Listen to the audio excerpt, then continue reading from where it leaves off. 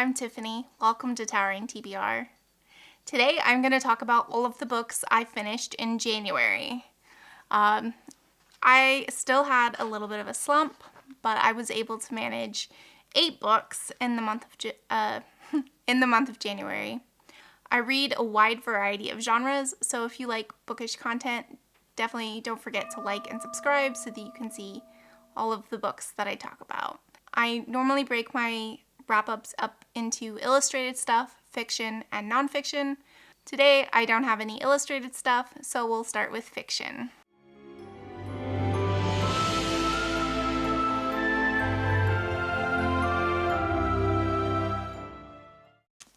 So I read Seveneves by Neil Stephenson, and this is almost 900 pages. Okay. So this is a really good book, but it gets bogged down by quite a bit. So let me tell you what it's about. So the premise is something causes the moon to explode. We don't ever find out what. And the moon breaks up into 7 large chunks. Scientists on Earth figure out that those chunks are going to keep bumping into each other, creating smaller and smaller chunks, and eventually it's going to reach a point of no return, and where all of those pieces are going to rain down on Earth. It's going to be called the hard rain, and living on Earth is going to be just not possible for up to 5,000 years. So basically what the humans decide to do is they try to get as many people and as much supplies up into outer space. The astronauts that are already in outer space, they don't ever get to go back to Earth. Nobody wants to bring them home, and so we get this really expansive view. We see people on Earth and how they're reacting to it. We see about the people who are already on the International Space Station and how they're acting. We see from different politicians.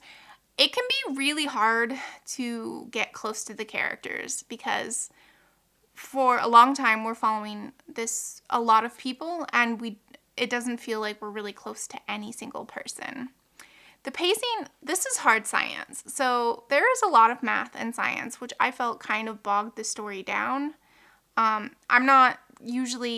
don't read a ton of hard fiction, and so that definitely kind of interrupted the flow for my enjoyment.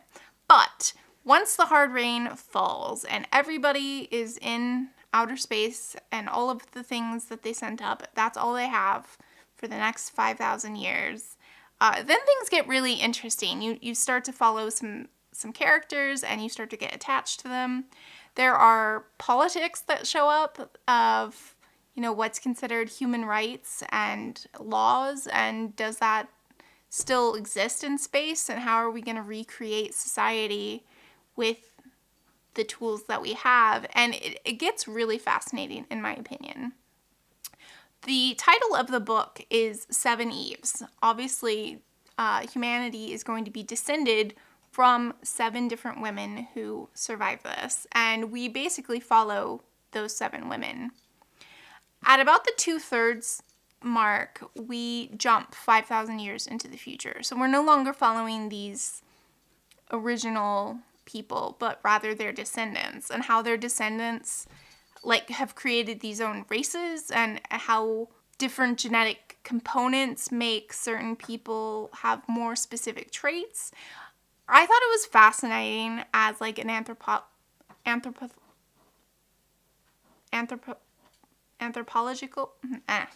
I thought it was really interesting to see the people. However, I was less excited about the part 5,000 years later. I felt like that might have been better as an epilogue.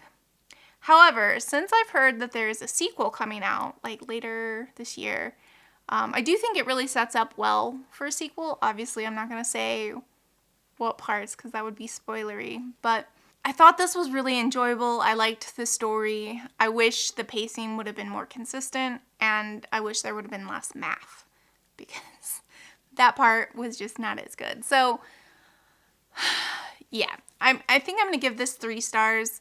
I think if you like hard science, you would probably enjoy this. And even if you don't, if it sounds interesting, I think you should pick it up. But definitely know, it's a lot to commit to. So I gave it 3 stars.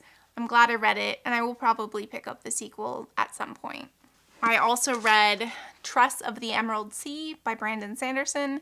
This was my first Brandon Sanderson, and I really enjoyed this. So this is a Princess Bride retelling, which I have read the book and seen the movie, and I think it's good for a Princess Bride retelling. We do have a narrator, Hoyd, who apparently shows up in Brandon Sanderson's, some of his other books, but I haven't read them, so I didn't make those connections.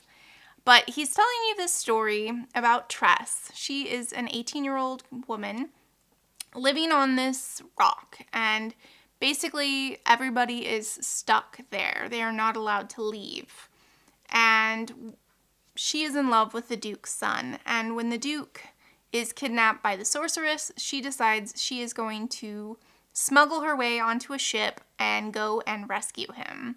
So she finds herself on a pirate ship, and there's a real sense of found family, which I really enjoyed. I really liked the characters on the pirate ship. There was even some good disability rep because we had a deaf pirate who had accommodations for communicating. He had like a speech board, which I thought was cool. And they get sailing the seas. But these are not ordinary seas like with water. They are made out of moon dust, and there are 12 different types. And they're called spores. When these spores touch water, they bloom violently and very quickly, and so that makes this quite treacherous for them. There is a talking rat, which I thought was a fun companion, and he was like helping her spy on others to learn information that might help her with her quest, and this was such a joy. The reason I'm only giving it 3.5 stars is I noticed when I had about 20 pages left that she had not yet confronted the sorceress, and I was worried that the resolution was going to be too quick. And I do feel like it was. I feel like the resolution almost felt like hand waved away. I felt it was a little bit lazy. But the journey to get there I thought was really fascinating, and I really liked how he built the characters, and yeah, overall I would enjoy this. I will say the breaking of the fourth wall with the narrator occasionally got irritating because he would like assume that we would have questions about the story and be like, I'm getting to it. I'm just like, okay, I didn't ask those questions. Like, overall, I enjoyed it. It definitely feels like a fairy tale you would read your kids at bedtime, but I definitely think there's enough for adults as well. I then picked up Emily Wilde's Encyclopedia of Faeries by Heather Fawcett. I have been seeing so much praise for this book going around, and I thought, I like cozy fantasy, I will pick it up. And I did. I enjoyed it. This is written in diary format. It is from the perspective of a woman, Emily. She is what is called a dryadologist, which means a person who studies fairy and fae lore. And she goes out to a really remote region in Norway to try and study the fae. It is not explicitly said, but I think she is probably neurodiverse. She has a very difficult time socializing and communicating with others. But never fear, her colleague Bamblebee decides to join her uninvited. And he is very gregarious and friendly and really ingratiates them to the town and learning what the town knows about the fairy. I will say that the writing was really gorgeous. I really liked how vivid the setting seemed, and I have two lines that I want to quote so that you can see the writing. The first is, "The boughs creaked and groaned, and it felt as if this forest was slowly closing the path again, like the healing of a jagged wound." I thought that was really vivid, and I also liked this one. "It was such stark country. Every detail, from the jumble of brightly painted cottages to the vivid greenery of the coast to the glaciers lurking on the peaks, was so sharp and solitary, like embroidered threads, that I suspect I could have counted the ravens in the mountain bureaus." So because this is set in Norway, we have a lot of snow and a lot of cold, this really reminded me of The Bear and the Nightingale. We got like fairy tale and folk magic. We've got beautiful writing, vivid settings, and especially in the winter. I really liked both of them, and if you liked that one, I think you would like this one. I happened to pick it up just a few days before the second one came out, so I don't think I would have initially picked up the second one right away if it just didn't work out with the timing. So the second book is called Map of the Otherlands, and this is going to be a trilogy. So in the second book, Emily and Bamblebee decide to try and find a magical door to a fairy realm. They are looking in a region where a famous dryadologist had previously gone missing, and they think maybe she found the door. And so they go off on that adventure. I can't say more than that because it's a sequel, obviously, but I did enjoy it just a little bit less than the first one. I kind of felt like it hurt a little bit from the second book, like the middle book syndrome, but it definitely sets up for the third book, and I will read the third book when I can. It's not out yet, though. The last fiction book that I have to tell you about is Sea of Tranquility by Emily St. John Mandel, and this was 5 stars. So I had picked up Station 11 by this author before, and I gave it 2 stars. I didn't like it. It was meandering. It didn't really have a very solid ending, but I enjoyed her writing. I thought her writing was really well done, and she was obviously talented. I just did not like her pandemic book. So I decided to pick this one up because there is time travel involved, and I'm so glad I gave her a second chance because this was phenomenal. So we are following these 3 time frames, and the characters are really well built, and they're all experiencing this unusual event. And at the 3 different events, we see this man, and we learn that he's a time traveler, and we get to hear what he knows. And whenever we would learn new information, it would radically reshape what I already knew. And I loved it. It was so good. I can't recommend it enough, and I'm even more excited to go see her in person at a literary festival now. Glad I picked this up. I highly recommend it.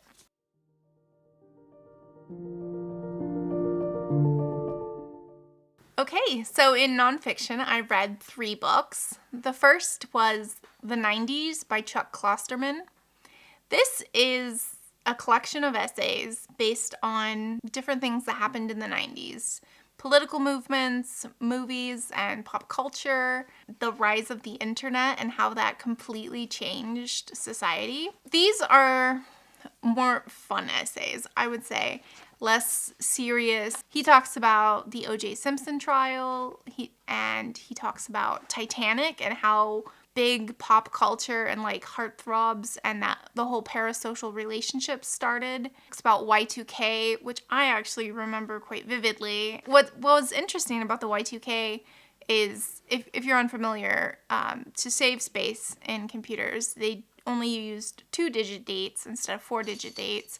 So they were afraid that when 2000 rolled over, computers would think it was 1900, and that would interfere with anything computerized. He says everybody looks at it now and was like, oh, it wasn't a big deal, but they neglect to point out how many people worked towards making it not a big deal, toward fixing things before they could become broken. And I thought that that was really interesting and a piece of the puzzle I didn't have before. He even talks about sports, which I had to kind of just grind my teeth and get through because I don't care about sports at all. It was just a fun book to read, and I really enjoyed learning about these events and getting more context. I would recommend it. I gave it 3 stars. I read The Icepick Surgeon by Sam Keene. This was my microhistory, all of the different ways that science has been used for evil. This was fascinating and covered quite a wide variety of topics. Doctors robbing graves so that they can learn more anatomy skills. The Current Wars by Tesla and Edison, and the animal cruelty that came out of that. Definitely skip chapter 3 if animal cruelty is difficult to read, because that is probably one of my biggest triggers. I hate seeing animals tortured or killed, and yeah, definitely hate Edison now.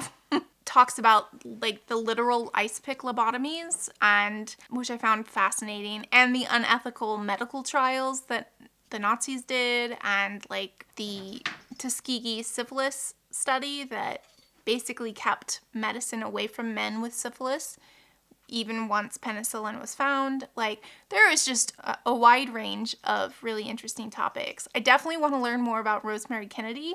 She was JFK's sister, and she was deprived of oxygen when she was born, and that led to some issues. And ultimately, they decided to lobotomize her. And yeah, like, I mean, it's just lots of crazy stuff in here. And I think this was a really good, like, introduction to different ways that science has been used to harm people or animals. And it definitely is a springboard for me to go and learn more about some of the topics that were discussed in here. I highly recommend it. It was very easy to read and really informative. Okay, and my favorite book of the month was Against Techonoableism by Ashley Shue. You can see I tabbed the crap out of this book. It was so informative. So Ashley Shue is a disability activist and is disabled in multiple ways. She talks about ableism and how it's so ingrained in our society. One form of ableism that hasn't really been talked about a whole lot is the idea that if you are broken, then technology can fix you. Let me read what she said, like the definition of technoableism is. Technoableism is a belief in the power of technology that considers the elimination of disability a good thing, something to strive for. She wants to follow the social model of disability, which means that she wants society to become more accommodating, that people aren't broken, they just cannot access things in society because we do not have them accessible and in different formats. She talks about how closed captioning started as a accommodation for deaf people, but now that it's so widely available, lots of non-deaf people use that, and that has made our society better, that by creating stuff for everybody to be able to participate in society is the best way to set it up, and I highly agree with that. She also points out that technology can be prohibitively expensive, and if you're disabled, getting said technology that is supposed to help you can be really difficult and sometimes impossible. So she wants to create a society where you don't have to rely on technology in order to be able to exist and function. She talks about how disability is considered a burden and that some countries actually won't let you immigrate and become permanent residents or citizens within their country if you are disabled because they view you as a drain on the resources. She cites a 2016 case in which a Canadian government denied a family being able to be permanent residents in Canada because their son had Down syndrome. The clients must establish to the satisfaction of the assessing officer that either the family member is not inadmissible to Canada or that they have an individualized plan to demonstrate that no excessive demand will be imposed on Canadian social services due to a medical inadmissibility. That was something I didn't know and I found shocking. In highly capitalistic societies, disabled people are viewed as less than. Their worth is tied to their productivity. And that apparently started with the slave trade in the United States. Disabilities that rendered slaves less able to be productive were sold at cheaper prices, and slaves that were deemed not able to work were often just killed because they were economically useless.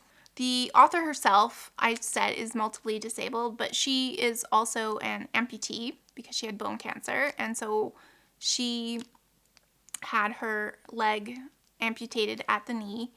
And she talks about how people wanted to push her into using a prosthesis instead of using a wheelchair. Prosthesis can be expensive and they can be really uncomfortable and sometimes really painful and not always easy to use. But she says that the emphasis was always on, try and be as able-bodied as possible. If you can use a prosthesis, then you can walk up the stairs and, you can be as able-bodied as possible. But they really disregarded the fact that it would wear her out or she would be in pain or discomfort, and it actually limited her movement more than using a wheelchair. And I thought that was a really interesting angle of disability that I didn't know. She also mentions that doctors are reluctant to prescribe mobility devices such as crutches or canes or walkers or wheelchairs because they think that they'll be too dependent on them. That just baffled me. Like, if they need them, then they need them. Like, I don't understand what too dependent is. She talks about how media enforces ableist ideas and puts disabled people into one of 5 categories. They are pitiable freaks, moochers, and fakes, bitter cripples, shameful sinners, or inspirational overcomers. You've probably seen a headline that talks about disabled people like they're a pitiable freak. She gives the example of, a disabled person is going to prom with an able-bodied person. Like, only as friends, though. Only as friends, because disabled people are not worth romantic partners. And how the media treats this able-bodied person going to a dance with a disabled person as like they're some sort of saint for taking on this burden. And it just, like, that should not be a news story. Like, that's not newsworthy at all. And it just further reinforces the pitiable freaks stereotype. She talks about Autism Speaks, which is a charitable organization that many autistic people have spoken out against. They apparently ran an ad called I Am Autism, and it is on YouTube. I will link it in the description so you can see it if you'd like.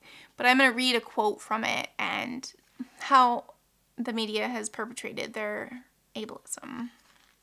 So it says, I am autism. I work very quickly. I work faster than pediatric AIDS, cancer, and diabetes combined. And if you are happily married, I will make sure that your marriage fails. Your money will fall into my hands, and I will bankrupt you for my own self-gain.